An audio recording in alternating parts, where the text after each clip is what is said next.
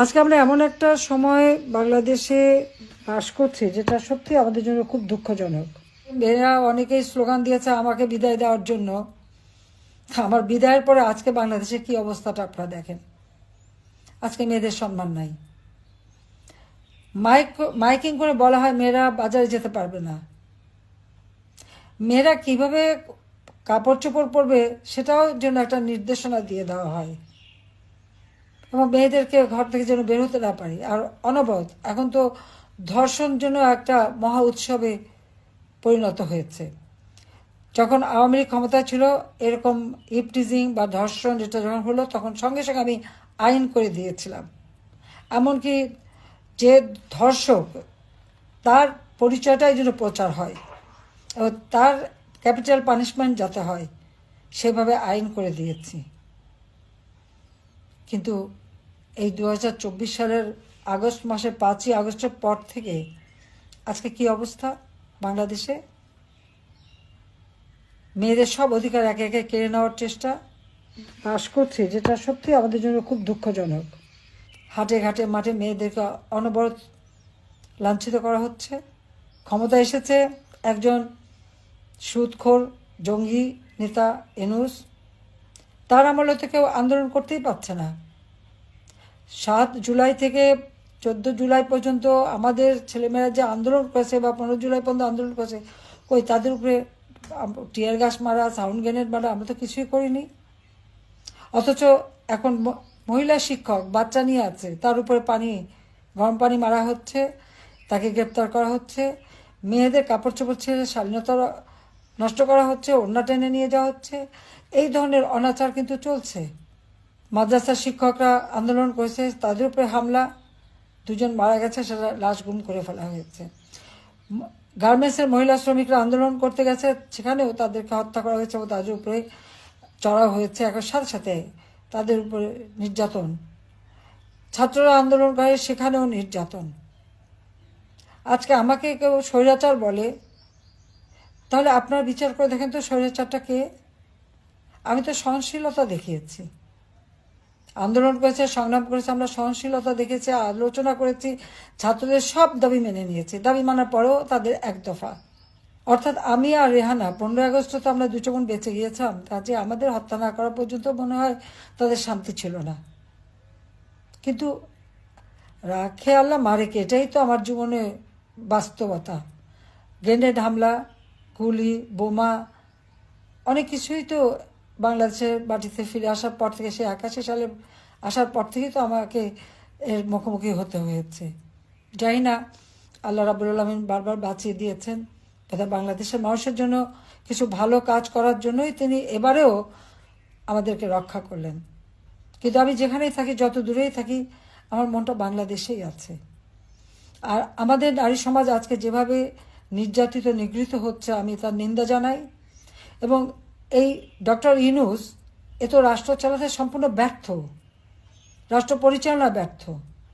তিনি নারীর ক্ষমতায়নের কথা খুবই বলেন, দারিদ্র বিমোচনের কথা বলেন, কিন্তু কতটুকু দারিদ্র বিমোচন করতে পেরেছে। আজকে বাংলাদেশে যে দারিদ্র বিমোচন হয়েছে, সেই 41 ভাগ থেকে 18 ভাগে নামিয়ে আনা, সেটা কে এনেছে? আওয়ামী লীগ সরকার ক্ষমতা আসার পর এই দারিদ্র বিমোচন হয়েছে। হত দরিদ্রের সংখ্যা ছিল 25.1 ভাগ, আমরা তা 5.6 ভাগে নামিয়ে নিয়েছিলাম। এবং আমার লক্ষ্য ছিল যে বাংলাদেশের একটি মানুষও ভূমিহীন গৃহহীন থাকবে না। আমি যে আশ্রয়ণ প্রকল্পে ঘর বাড়ি তৈরি করে দিচ্ছি, সে 96 সাল থেকেই পর্যন্ত যাদের দিচ্ছি, সব জায়গায় আপনারা দেখবেন নারী পুরুষের ওই ঘরে 2 কাঠা করে জমি এবং ঘর, সেখানে কিন্তু নারী পুরুষের সমান অধিকার দিয়ে দিয়েছি। এবং যদি কোনো সময় বৈবাহিক জীবনে কোনো সমস্যা দেখা দেয়, তাহলে ওই বাড়ির মালিক কিন্তু ওই নারীরাই হবে, আমি সেটাও নিশ্চিত করে দিয়েছি। অর্থাৎ আমার দেশের নারীরা তারা নিরাপদে থাকুক, তারা নিজেদের জীবন জীবিকা যথাযথভাবে করতে পারুক, সবসময় সেই চেষ্টায় আমি করে গেছি, সেই পদক্ষেপই আমি নিয়েছি। এবং যা বলতে গেলে আমার মায়ের কাছ থেকে শেখা। একটা সমাজের দুটি অঙ্গ, নারী পুরুষ, সমানভাবে যদি এগিয়ে না যায়, তাহলে সে দেশ কখনো উন্নত হতে পারে না। আমরা আমরা দুপায়ে চলি, আমার এক পা যদি খোঁড়া থাকে তা তো আমাকে খুঁড়িয়ে খুঁড়িয়ে চলতে হবে। আর সমাজেও সেই অবস্থাটা। কাজে সেদিকে লক্ষ্য রেখেই শিক্ষা দীক্ষা কর্মক্ষেত্রে সব জায়গায় যেন আমাদের নারীদের সমানভাবে তারা এগিয়ে যেতে পারে, তাদের সেই স্বাধীনতা যেন থাকে, সে ব্যবস্থাটাই আমরা করেছি। কমিউনিটি ক্লিনিকে সেখানে কিন্তু সব থেকে বেশি মেয়েরা চাকরি পায়। এখন দেখলাম তাদের বেতন ভাতা সব বন্ধ করে দিয়েছে। কেন বন্ধ করবে? যেখান থেকে সাধারণ, বিশেষ করে মেয়েরাই তো বেশি লাভবান, তাদের তো আর কারো মুখাপেক্ষি হয়ে থাকতে নাই, হেঁটে যেয়ে তারা চিকিৎসা নিতে পারে। সেই সুযোগটাও এরা এই ইউনিট সরকার এসে বন্ধ করে দিতে চাচ্ছে। যে কাজটাই করে সেটাই ধ্বংস করতে হবে, দেশটাকেই ধ্বংসের দিকে নিয়ে যাচ্ছে।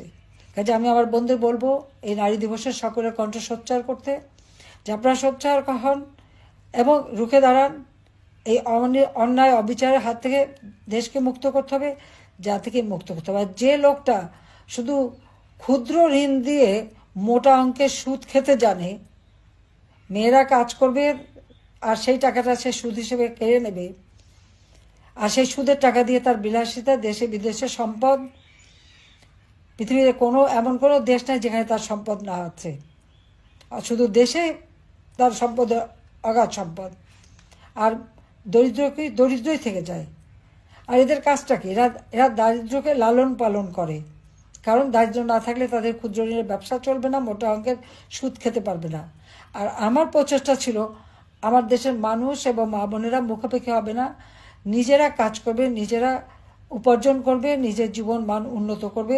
এবং সেভাবে কিন্তু দেশটা উন্নত আমরা করেছিলাম। বাংলাদেশ বিশ্বে একটা উন্নয়নের রোল মডেল হিসেবেই কিন্তু প্রতিষ্ঠিত হয়েছিল। আজকে সমস্ত অর্জনগুলি একে একে ধ্বংস করে দিচ্ছে। বাংলাদেশ এখন ধ্বংসের কিনারে।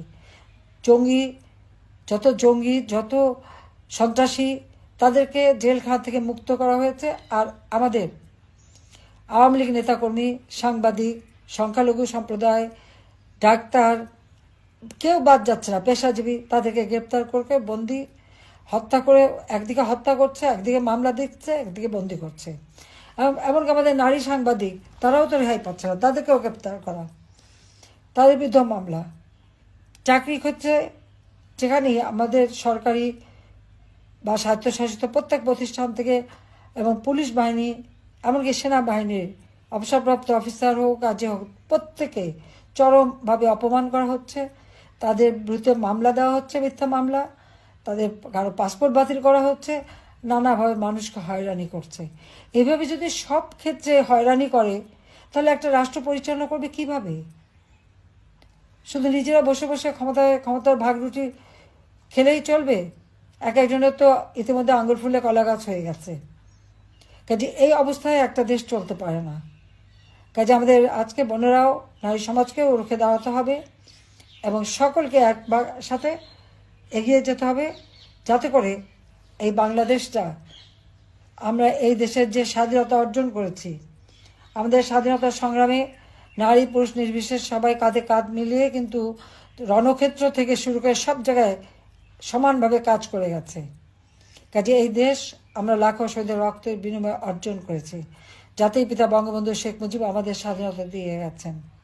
কাজে এই স্বাধীনতা এবং বাংলাদেশের অর্থনৈতিক অগ্রযাত্রা বারবার যারা ব্যাহত করছে, সেই সুদখোর জঙ্গি শাসক ইউনূস এর হাত থেকে দেশকে রক্ষা করতে হবে, নারী জাতির সম্ভ্রম রক্ষা করতে হবে, নারী জাতিকে রক্ষা করতে হবে এবং দেশকে এগিয়ে নিয়ে যেতে হবে। সবাই ভালো থাকেন, সুস্থ থাকেন এবং রমজান মোবারকবাদ জানাচ্ছি, আগাম ঈদের শুভেচ্ছা জানাচ্ছি। সবাইকে আমার আন্তরিক ধন্যবাদ। জয় বাংলা, জয় বঙ্গবন্ধু, বাংলাদেশ চিরজীবী হোক।